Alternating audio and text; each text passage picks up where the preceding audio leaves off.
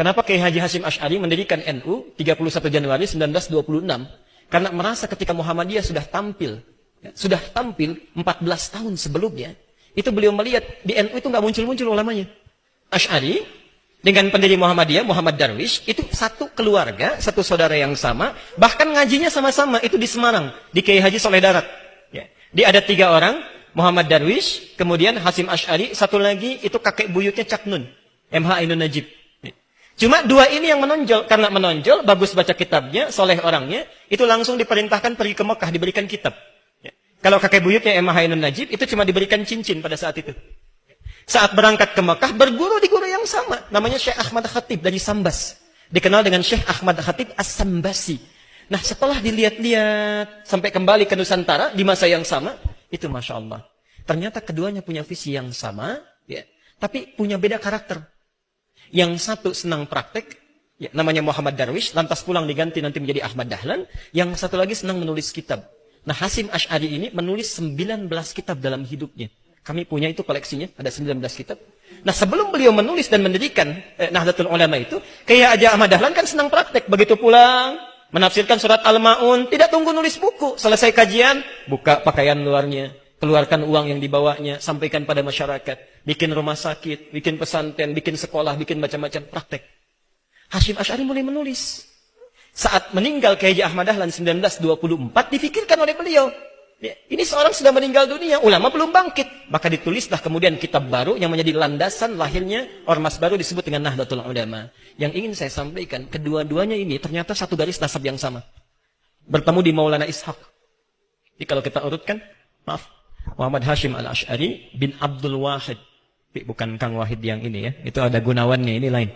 Bin Abdul Wahid bin Abdul Halim. Abdul Halim itu nama aslinya Pangeran Benawa, dikenal dengan Sultan Hadiwijaya, nama lainnya Joko Tingkir. Bin Abdullah, bin Abdul Fattah, bin Abdurrahman. Abdurrahman ini anaknya Sunan Giri. Bukan Giri yang ini tapi. Ya. Nah, Sunan Giri ini anaknya siapa? Anaknya Maulana Ishaq. Nah, di Maulana Ishaq inilah nyambung nasabnya. Ya. Kiai Haji Ahmad Dahlan, bin Kiai Haji Abu Bakar, bin Kiai Haji Sulaiman, bin Kiai Murtado, bin Demang Jurang Juru Kapindo, bin Demang Jurang Juru Sapisan, bin Kiai Gerbek, bin Maulana Ishaq. Siapa Maulana Ishaq ini? Maulana Ishaq ini adalah anaknya Ahmad Jumadil Kubra. Ya, salah satu wali yang dari 9 yang datang dari Mesir, dari 9 wali itu.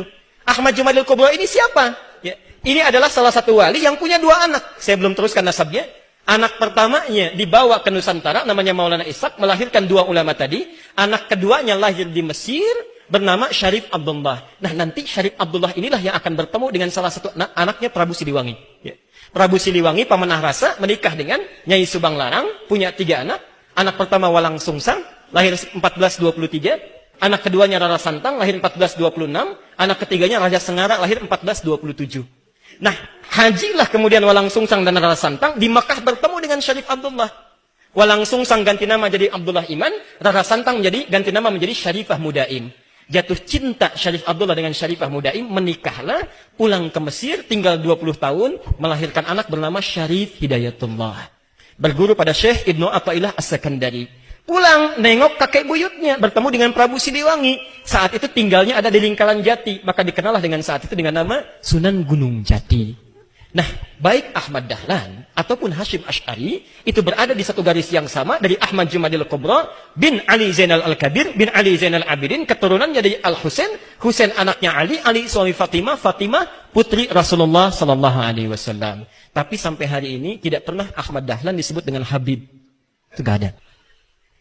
Kayak Ahmad Dahlan. Yang penting sikapnya seperti Nabi, tuturnya seperti Nabi, pandangannya seperti Nabi. Kullu mri'in bima kasaba rahin, itu pilihan kita semua. Mudah-mudahan pertemuan hari ini kita